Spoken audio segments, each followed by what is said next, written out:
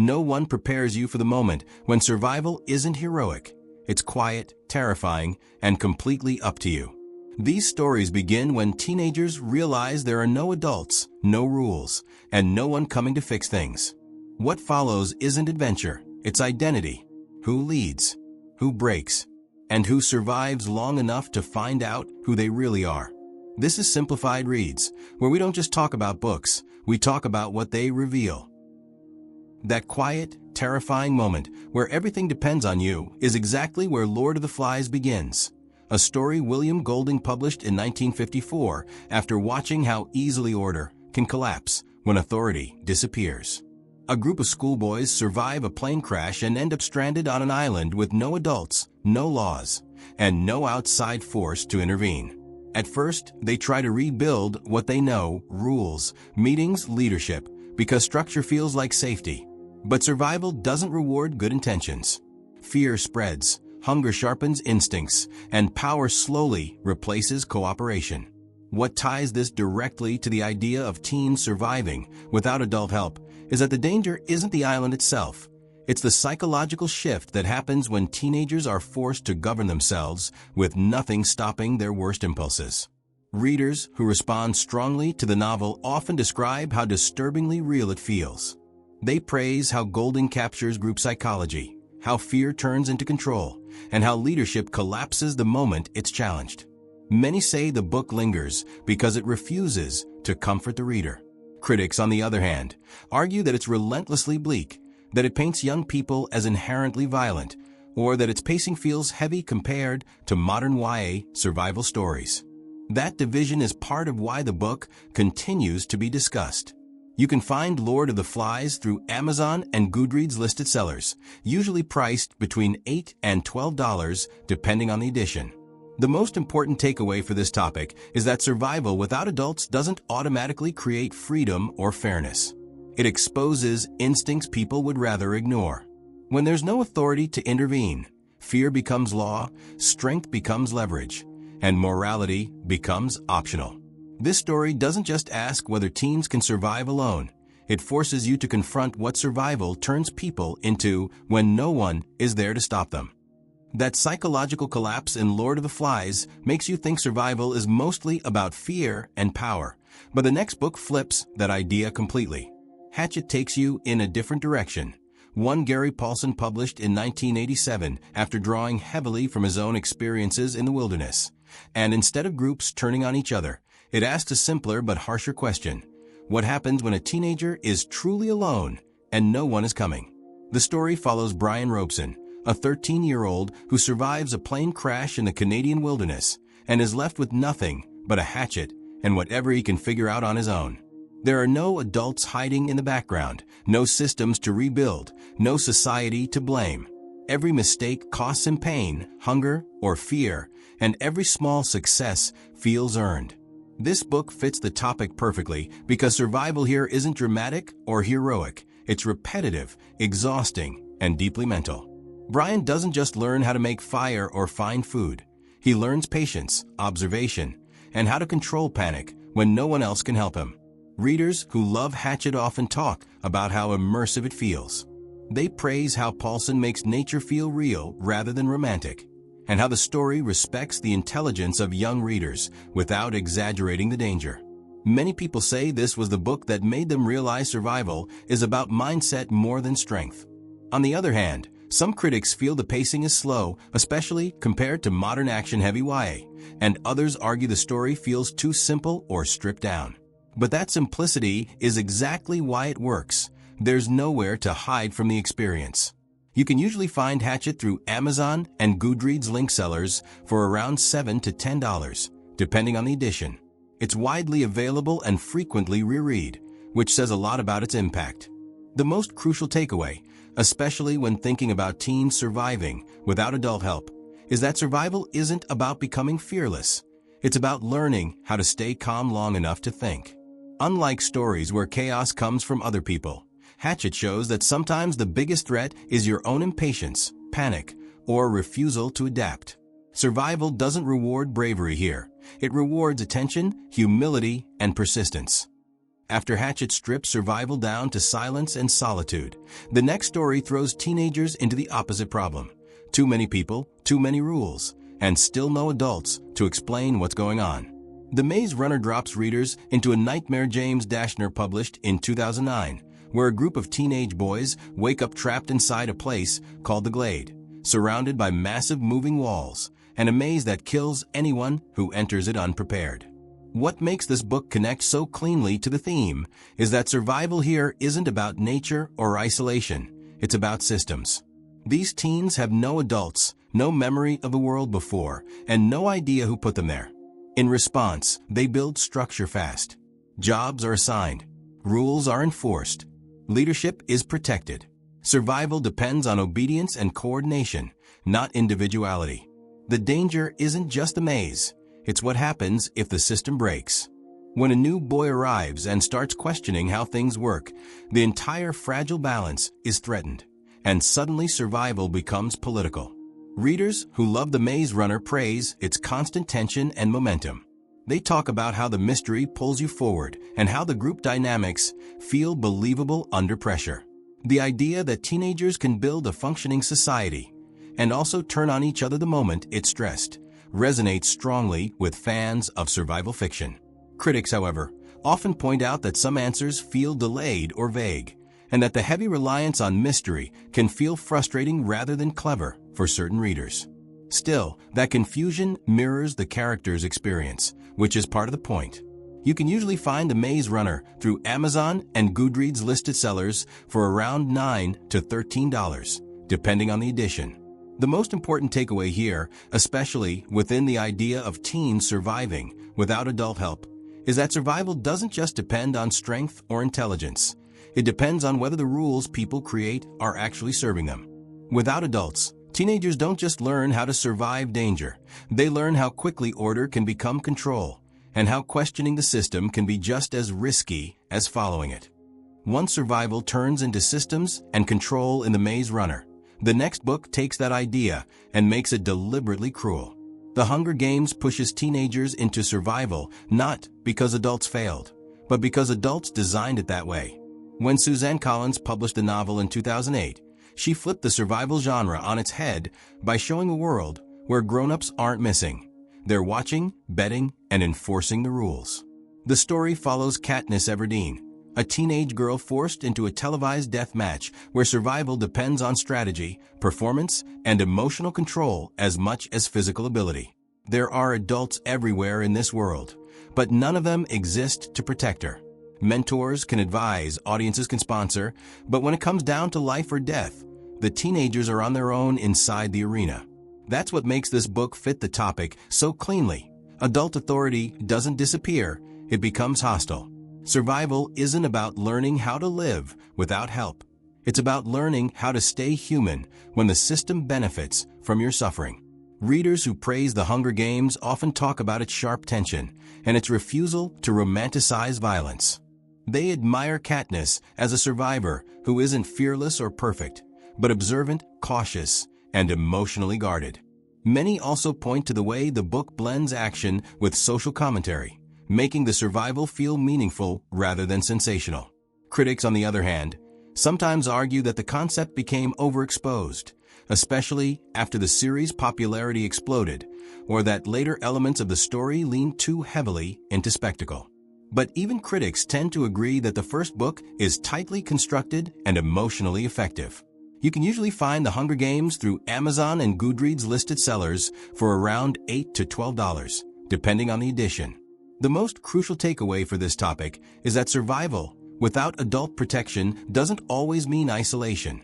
Sometimes it means being trapped in a system that pretends to care while actively working against you. The book shows that when teenagers are forced to survive under observation, survival becomes performance, trust becomes dangerous, and resisting the system can be as risky as playing along. It's not just about staying alive. It's about deciding what you're willing to become in order to do it. After The Hunger Games shows what survival looks like when adults are present but predatory, the next story removes them entirely and lets the consequences spiral. Gone takes place in a world Michael Grant introduced in 2008, where every adult and everyone over the age of 15 suddenly vanishes, leaving an entire town sealed off and run only by kids. What makes Gone escalate the theme is how fast survival turns into hierarchy. Food runs out. Power concentrates. Fear mutates into control. With no adults to stop them and no outside world to appeal to, teenagers are forced to decide who leads, who obeys, and who gets left behind. Some kids develop supernatural abilities, which only accelerates the imbalance. Survival here isn't about teamwork by default. It's about who can impose order and who can survive living under it. This book fits the topic perfectly because it shows that when teens are left alone long enough, survival stops being about staying alive and starts being about who gets to decide what alive even means. Readers who love Gone often praise how unapologetically dark it is. They talk about how real the fear feels, how quickly friendships collapse under pressure, and how believable the power struggles become when consequences disappear. Many fans say the book doesn't talk down to its audience and refuses to sanitize what kids are capable of when pushed. Critics, however, argue that the story can feel overwhelming, emotionally heavy, or relentlessly cruel, especially as the series progresses. Some readers struggle with the sheer amount of chaos and moral ambiguity, but that discomfort is intentional. It mirrors the instability of a world without adult boundaries. You can usually find Gone through Amazon and Goodreads listed sellers for around $9 to $14, depending on the edition. The most important takeaway here, especially for stories about teens surviving without adult help, is that survival doesn't stay neutral for long. In the absence of authority, power fills the vacuum fast, and not everyone uses it to protect others. Gone forces you to confront the idea that when kids are left to govern themselves, survival can become oppressive, violent, and deeply unfair, not because they're evil, but because fear rewards control more than compassion. After the Hunger Games shows what survival looks like when adults are present but predatory, the next story removes them entirely and lets the consequences spiral. Gone takes place in a world Michael Grant introduced in 2008, where every adult and everyone over the age of 15 suddenly vanishes, leaving an entire town sealed off and run only by kids. What makes Gone escalate the theme is how fast survival turns into hierarchy. Food runs out. Power concentrates. Fear mutates into control. With no adults to stop them and no outside world to appeal to, teenagers are forced to decide who leads, who obeys, and who gets left behind. Some kids develop supernatural abilities, which only accelerates the imbalance. Survival here isn't about teamwork by default. It's about who can impose order and who can survive living under it. This book fits the topic perfectly because it shows that when teens are left alone long enough, survival stops being about staying alive and starts being about who gets to decide what alive even means. Readers who love Gone often praise how unapologetically dark it is. They talk about how real the fear feels, how quickly friendships collapse under pressure, and how believable the power struggles become when consequences disappear. Many fans say the book doesn't talk down to its audience and refuses to sanitize what kids are capable of when pushed. Critics, however, argue that the story can feel overwhelming, emotionally heavy, or relentlessly cruel, especially as the series progresses. Some readers struggle with the sheer amount of chaos and moral ambiguity, but that discomfort is intentional. It mirrors the instability of a world without adult boundaries. You can usually find Gone through Amazon and Goodreads listed sellers for around $9 to $14, depending on the edition. The most important takeaway here, especially for stories about teens surviving without adult help, is that survival doesn't stay neutral for long.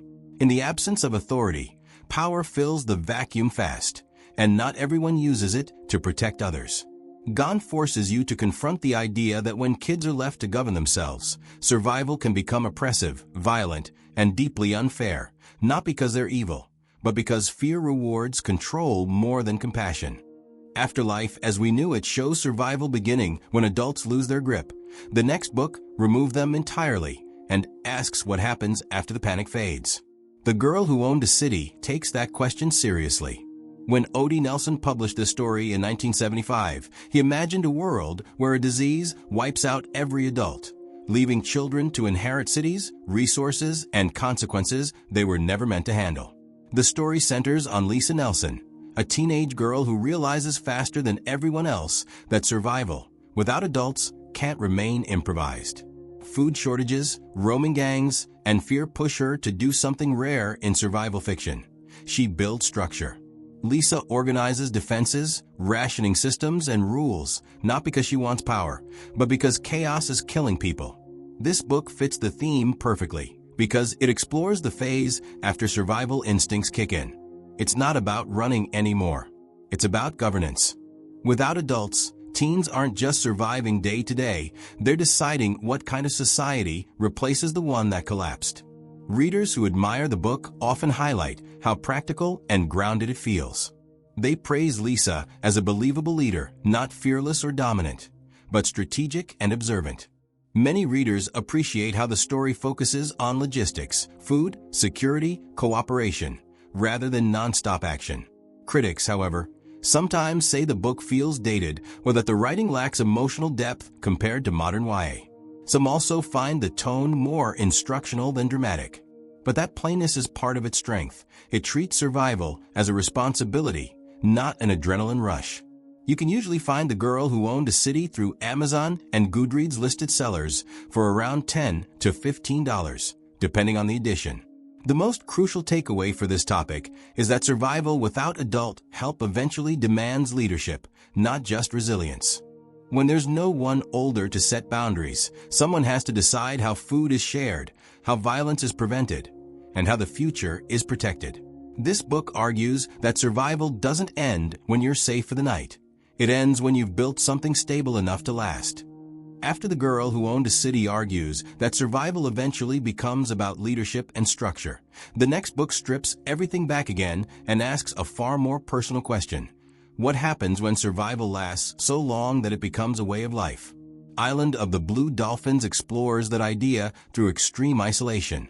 When Scott Odell published the novel in 1960, he centered it on a teenage girl named Karana who is accidentally left behind on an island and forced to survive completely alone for years. What makes this story connect so powerfully to the theme is that there are no systems to rebuild and no groups to negotiate with. There are no adults, no peers, and no external pressure to perform survival a certain way. Karana must learn how to hunt, build shelter, protect herself from predators, and endure long stretches of loneliness with nothing but her thoughts. Survival here isn't fast or chaotic, it's patient, repetitive, and deeply internal. This book shows what teen survival looks like when the danger isn't constant violence, but time itself. Readers who love Island of the Blue Dolphins often describe it as calm but haunting. They praise its emotional restraint, the way it treats nature with respect rather than fear, and how Karana's strength feels earned through quiet persistence. Many readers say it changes how they think about solitude and resilience. Critics, on the other hand, sometimes find the pacing slow or the tone too gentle compared to more action-driven survival stories. Some readers expect constant tension and instead find reflection. But that stillness is exactly what makes the survival feel real. You can usually find Island of the Blue Dolphins through Amazon and Goodreads listed sellers for around $7 to $10, depending on the edition. The most crucial takeaway for this topic is that survival without adult help doesn't always turn people ruthless or dominant. Sometimes it turns them inward. Karana survives not by conquering her environment, but by understanding it, learning when to fight, when to adapt, and when to endure. The book quietly argues that surviving alone isn't just about staying alive. It's about learning how to live when no one else is there to witness it. After the stillness and isolation of Island of the Blue Dolphins, the next book throws survival back into motion. But this time, the danger isn't nature or loneliness, it's authority itself.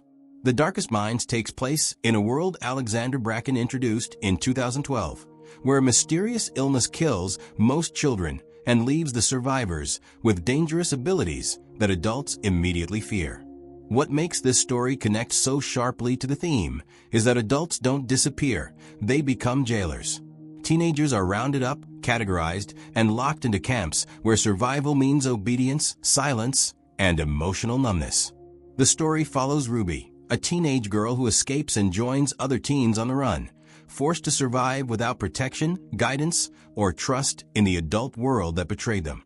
Survival here isn't just about staying alive. It's about staying hidden, choosing who to trust, and resisting the urge to surrender just to feel safe again.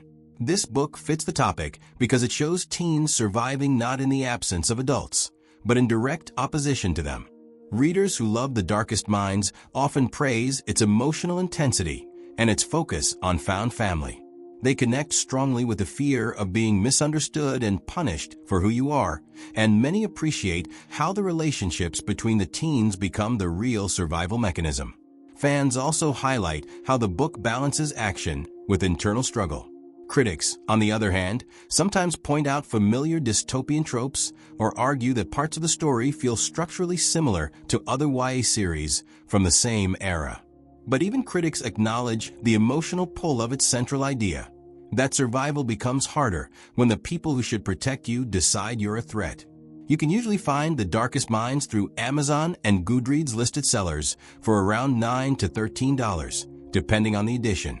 The most crucial takeaway for this topic is that survival without adult help often forces teenagers to redefine family and loyalty.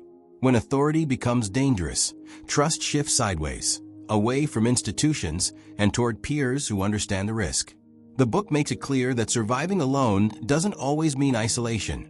Sometimes it means choosing connection carefully in a world where the wrong adult can be deadlier than any enemy.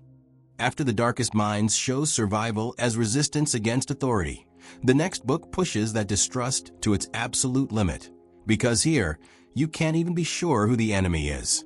The Fifth Wave takes place in a world Rick Yancey published in 2013, where an alien invasion systematically wipes out adults, infrastructure, and trust itself, leaving teenagers scattered, hunted, and deeply suspicious of everyone they meet.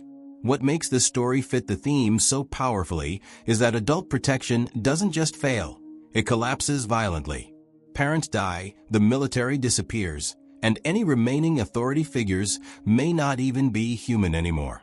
The story follows Cassie Sullivan, a teenage girl trying to survive alone while searching for her younger brother, never knowing whether the next person she meets is real, controlled, or bait. Survival here isn't just physical, it's psychological. Every decision is filtered through paranoia. Trust can get you killed faster than hunger ever could. In a world where adults once represented safety, their absence leaves teens with no reference point for what normal survival even looks like. Readers who praise The Fifth Wave often highlight its atmosphere. They talk about how unsettling it feels to never know who to believe, and how the fear doesn't come from constant action, but from uncertainty. Many readers connect strongly with Cassie's inner conflict, the tension between needing people and fearing them. Critics, on the other hand, sometimes argue that the shifting perspectives can feel uneven or that later plot developments divide opinion. Some readers feel the story leans too heavily on mystery, but that confusion mirrors the experience of the characters, which is exactly what makes the survival feel authentic. You can usually find The Fifth Wave through Amazon and Goodreads listed sellers for around $8 to $12, depending on the edition. The most crucial takeaway for this topic is that survival without adults often destroys the very idea of trust. When guidance, protection, and truth all vanish at once, teenagers are forced to rely on instinct, pattern recognition, and emotional restraint. The book argues that in a world where help can't be verified, survival isn't about strength or courage. It's about knowing when not to believe what you're being shown. After The Fifth Wave, the pattern across all these stories becomes impossible to ignore. Whether adults vanish, fail, or turn hostile, survival forces teenagers to confront the same question from different angles. What do you rely on when guidance disappears? Some books answer with instinct. Others answer with structure, community, or resistance. But none of them suggest that survival is clean, fair, or heroic for very long. The deeper truth running through all of them is that when adults are removed from the equation, teens don't just learn how to stay alive. They're forced to decide what kind of people they're willing to become under pressure. If this way of thinking feels different, this channel exists for people who care about ideas that actually last. And here's the part most survival stories quietly agree on. The absence of adults doesn't automatically create strength or wisdom. It creates exposure. Fear gets louder. Choices get heavier. Identity forms faster than anyone is ready for. That's why these books linger, not because of the danger, but because they reflect moments where responsibility arrives before permission. If you've ever wondered why these stories hit harder than typical adventure novels, it's because they're less about surviving the world and more about surviving yourself. We're not done with this theme either. There are more stories that push this idea even further. Different settings, different outcomes, different costs. And the next ones ask an even harder question. What happens after survival stops being temporary? At this point, you've seen the full pattern play out across every version of teen survival: isolation, systems, collapse, resistance, leadership, paranoia, and endurance. 10 different books, 10 different scenarios, but the same underlying pressure. Responsibility arriving before anyone is ready for it. What makes these stories powerful isn't the danger itself. It's the speed at which teenagers are forced to grow an identity under stress. Survival isn't treated as a temporary challenge in these books. It becomes a lens that reshapes values, trust, morality, and self-image. That's why stories like these stick. They don't end cleanly. Even when the characters escape, win, or endure, something fundamental has already changed. Once you've survived without guidance, protection, or permission, you don't return to who you were before. And that's the quiet truth these books share. Survival doesn't just test character, it creates it. If this way of thinking resonates, this channel exists for people who don't just want book summaries, but want to understand why certain stories refuse to leave their head. Simplified Reads is for readers who care about ideas that outlast trends, hype, and surface-level analysis. And the question we'll keep circling back to in future videos is this: when survival stops being temporary, what kind of world do the survivors build next?